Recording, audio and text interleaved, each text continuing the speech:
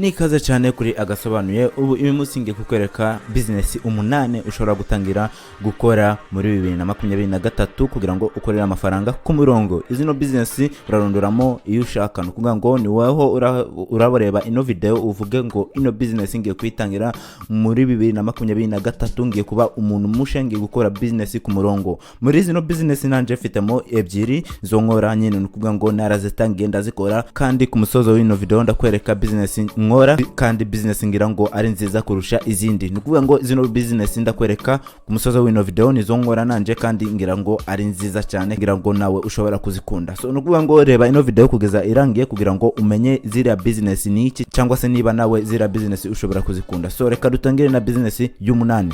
Business y'umunani ni cryptocurrency. Cryptocurrency uyu munsi abantu benshi batangiye kuzikoresha. Cryptocurrency nukuvuga ngo ni amafaranga aba ku murongo ataboneka, nukuvuga ngo abantu batangiye gutradinga amafaranga, nukuvuga ngo ugura tradinga yo nyine amafaranga agiye hasi, cyangwa se niba igiciro kigiye hasi none ukagurisha iyo igiciro kigiye hejuru, nukuvuga ngo uba ubonye profit. So nukuntu nyine ukora trading, cyangwa se niba ushaka ko nkora video yerekeye trading yo nyine nabwo nyandikira muri comment kugira ngo mbikora. Just nyandikira muri comment ikintu ushaka ko ngivugaho cyane, cyangwa se nkuraho video yerekeye icyo kintu cyonyine. So business ya karindwi ni online teaching. Nukuvuga ngo niba uzi ikintu icyo abandi batazi, katuvuge nda nka YouTube, Udemy, Korera, ibyo byose baguhemba amafaranga just uwigisha abandi icyo batazi. Nago ukwiye kuba, nago mvuze ngo ukwiye kuba uri umuhanga mu ishuri, oya, weho ukwiye kuba ufite ikintu icyo abandi batazi, cyangwa se bamwe batazi gusa benshi batazi. Katuvuge niba uzi kudrawinga, cyangwa se niba uzi katuvuge nda gukora video, niba uzi gukora buri cyose ushaka kucereka isi yose, cyangwa se ushaka kucereka n'abandi. So nukuvuga ngo ukoresha YouTube, ukoresha Korera, ukoresha Udemy, Skillshare, ibyo byose bigufasha nyine kubaka community nyine, ugakorera n'amafaranga. Urikubona ko iyo business nayo niba ushaka ko mbivugaho cyane, just nyandikira muri comment, nyandikira Udemy, nyandikira YouTube, none ndamenya ko ushaka kwigisha ku murongo, none nkore video yerekeye icyo kintu, cyangwa se niba ushaka nyine n'ikindi kintu just nyandikira muri comment. So urikubona ko nabwo kwigisha ku murongo ukoresheje Skillshare, Udemy, Korera, ibyo byose birakora. Just ni ugutangira buhoro buhoro, noneho ukagenda uja hejuru cyane. So nayo ndi kugira ushobora kwikunda. So ya gatandatu bayita online survey platforms. Nukuvuga ngo hano bafite video nyinshi z'ukuntu ushobora gukorera amafaranga, ukora surveys, utanga ibitekerezo, nabwo yes biguhereza amafaranga. Gusa hariho website nyine zikwemerera gukorera amafaranga, twagiye tuzivugaho kenshi kuri channel. Ya mbere bayita survey junkie, swagbucks, toruna. Izo zose ziguhereza amafaranga ukora surveys, ubahereza ibitekerezo. Ibyo bintu nago bikaza cyane, n'umwana ashobora kubikora. Nico gituma nashize ku mwanya wa gatandatu. Nukuvuga ngo hariya urabahereza ibitekerezo gusa, noneho baguhembe amafaranga. Urikubona ko nayo ari business cyane, gusa ntabwo mvuze ko ushobora kubikora buri munsi, ubikora igihe ushakiye. So urikubona ko gutanga ibitekerezo nabyo ari byiza cyane. So ku mwanya wa gatanu rufite crowdfunding platform. Kuvuga ngo hano ugiye gushira amafaranga yawe muri business, cyangwa se kugira ngo abantu bafite business noneho nyine ubahereza amafaranga ushira muri business yabo, noneho bakora iki, niba korera amafaranga. Nukuvuga ngo ni nka trading, gusa ntabwo ari trading. Hano ugiye kubahereza amafaranga gawe, business nikora neza, noneho nukuvuga ngo weho urabona ku mafaranga bakoreye. Urabona ko crowdfunding platforms nukuvuga ngo nayo ikora neza cyane yo ufite amafaranga. Gusa niba udafite amafaranga, reka nkwereke indi online business ishobora kugufasha. So ku mwanya wa kane dufiteho online advertising platform. Nukuvuga ngo hano ugiye kubaka urubuga, ugiye kubaka nyine, ubona nka agasobanuye yo website ikuzanira movies zitandukanye cyane. Nayo niba utayizi ukwiye kuyimenya, ni agasobanuye 255.net. hariya baguhereza movies ku buntu kandi zirashirayo niba utabizi. So nk'iyo website iyo ugiyeho ubona ads nyine promotion, cyangwa se abantu nyine nka Google ads, ibyo byose biba biriho. Nukuvuga ngo abo bantu bakorera amafaranga kuva ku iyo ads, nuko website zikorera amafaranga. Nabwo niba ushaka gutangira na website, nabwo nyandikira hasi muri comment mbwira nyine ngo nshaka gutangira gukorera iki amafaranga kuri website. Kuvuga ngo online business ni ku advertisinga, ni gukorana na Google nyine uri ku advertisinga ibintu byabo. So weho urakorana na Google cyangwa se ntabwo ari Google gusa, kuko hari izindi nyine platforms ushobora gukoresha uri ku advertisinga. Urukona ko ari ibintu byinshi ushobora gukora. Gusa reka tugende kuri online business ya gatatu ariyo bita affiliate marketing. Ibi bintu nabibabye cyane, nkuko bizi affiliate marketing nyine ni ukugurishiriza ibintu abandi. Nukuvuga ngo ibi bintu niba uri umuntu uba kuri channel urabizi cyane. So kora subscribe kugira ngo ube muri community yacu, kugira ngo duhane ayo bitekerezo, kugira ngo tumenyane neza. So nkuko uri kubona affiliate marketing ni ukuntu nyine ukora nyine katuvuga ndamfite ikintu ushaka kugurisha, gusa nago nyine mfite uburyo nshobora kukigurisha, ndagoreza icyo kintu ukingurishirize, none ni nka commission nyine commission. So nukuvuga ngo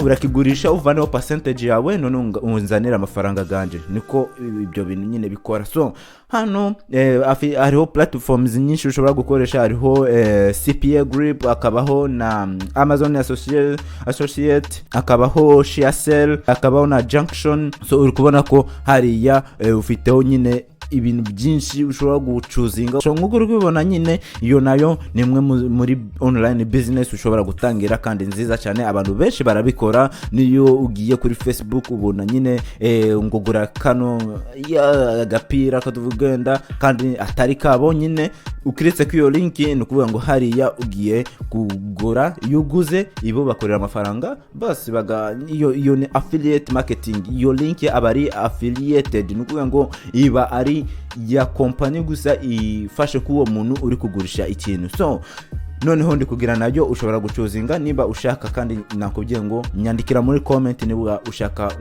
nkora video yerekeye ikintu kimwe hano mu byo ndi kuvuga. So nkuko uri kubona nayo niyo.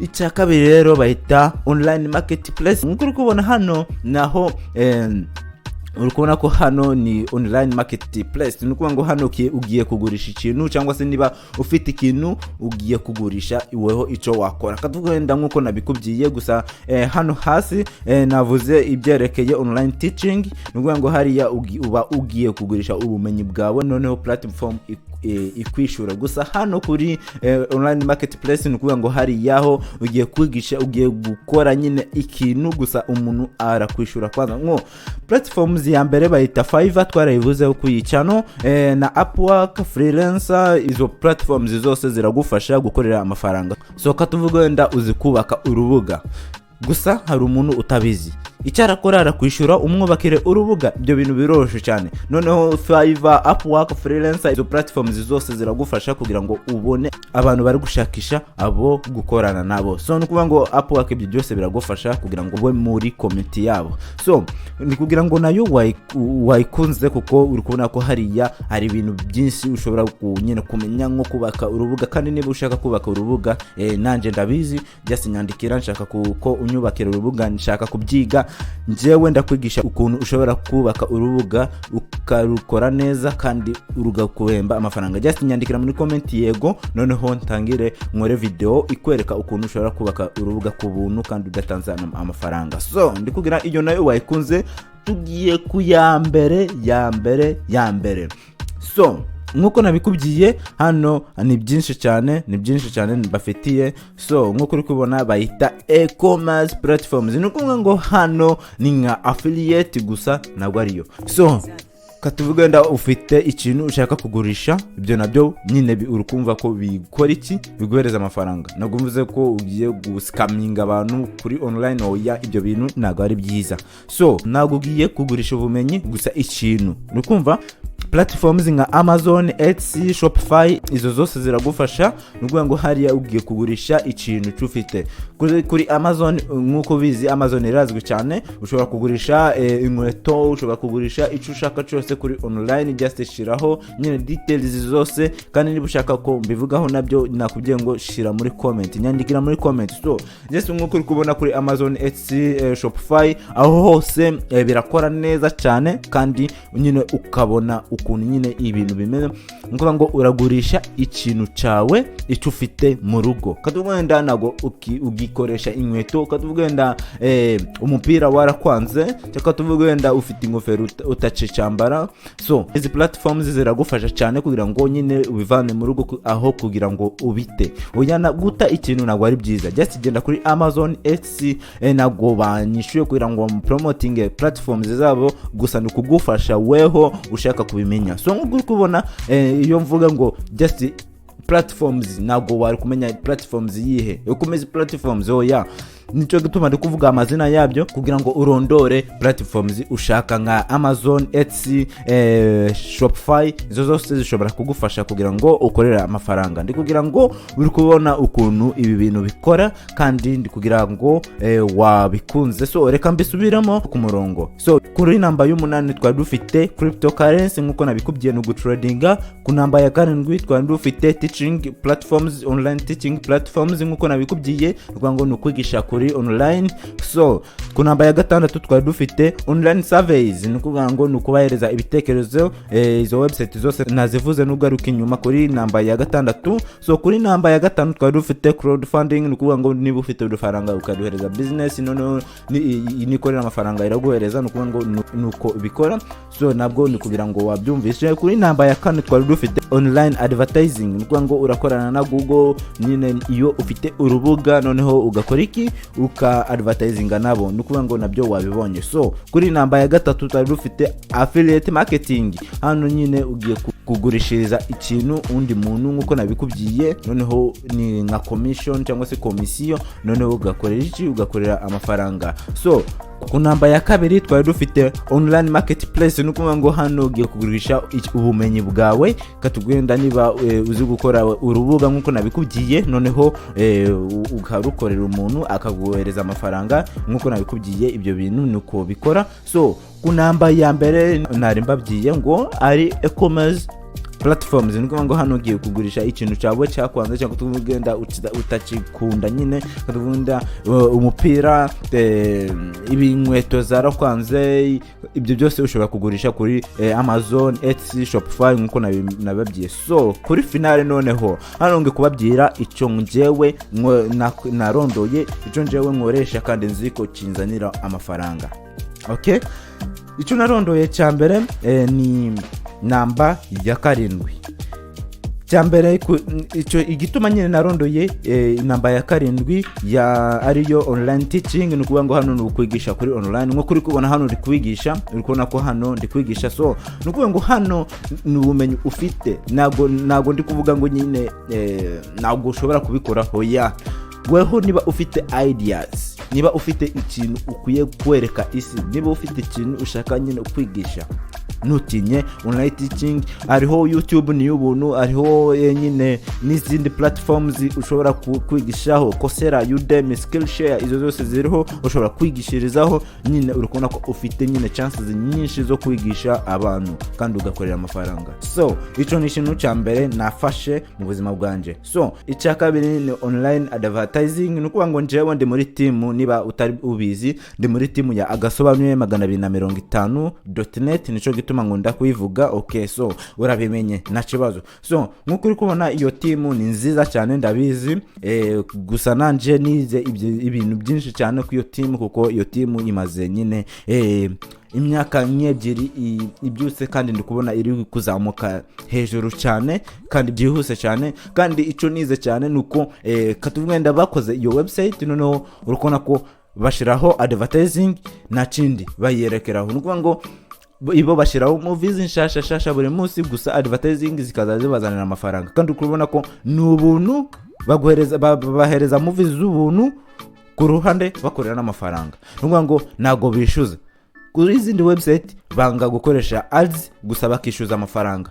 Agasobanuye 250 yabonye oya kwishuza abafana ntabwo ari byiza, ahubwo reka twishyuze Google. Ni ukuvuga ngo hariya Google irabishura kugira ngo bereke ads kuri website. Ntabwo ads ntabwo zikora ikintu weho niba ushaka ukirikaho nyine, noneho rikatubunda ushaka kugura inkweto, none ukabona ads iri kugurisha inkweto urakirikaho niba ushaka kugura. Gusa ibyo ntabwo mvuze ngo genda ukirikeho, ya ntabwo ibyo ntabwo ari byo mvuze. Gusa icyo ndi kuvuga nuko nyine advertising ari yo na choose kandi ndi kugira ari nziza. So noneho reka ngende kuri platforms ushobora kukubwira ngo ukwiye gutangira, nyine platforms ebyiri ushobora kukubwira ngo ukwiye gutangira muri 2023 kandi nshobora kuvuga ko zoroshe kandi nziza cyane zirimo amafaranga menshi. So ya mbere nshobora kuvuga ngo affiliate marketing ni nziza kandi yoroshe cyane. Mfiteho video nakoze ndashyira hasi muri link kugira ngo uyirebe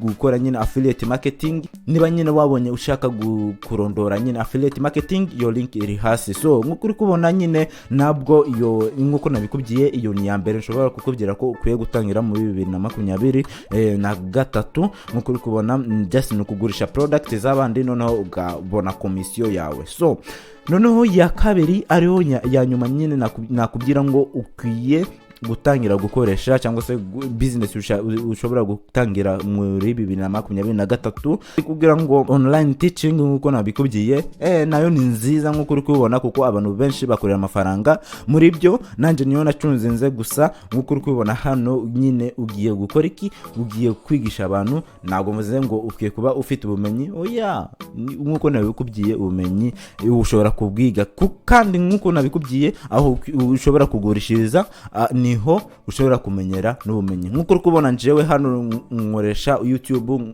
nko kubigisha, okay, kandi ubumenyi mbukora kuri YouTube. Ni kuvuga ngo ukoresha YouTube kugira ngo ubone ubumenyi. Uri kubona ko nanje nakoresheje YouTube, ntabwo nagiye kwishura kwiga YouTube, hoya nicaye mu rugo mbona ndeba YouTube, noneho niga tips nziza cyane z'ukuntu ushobora kubigisha, z'ukuntu ushobora kugusobanurira neza ugafata ibyo ndi kuvuga. Nkuko uri kunyumva ntabwo mvuga ikinyarwanda cyiza, nicyo gituma nyine wumva nyine ibintu mbicanga ngerageza cyane kugira ngo unsobanukirwe icyo ndi kuvuga. So izo nizo platforms 8 ndani mbafitiye, ndi kugira wazikunze kandi warondoyemo imwe wakunze cyangwa se ebyiri.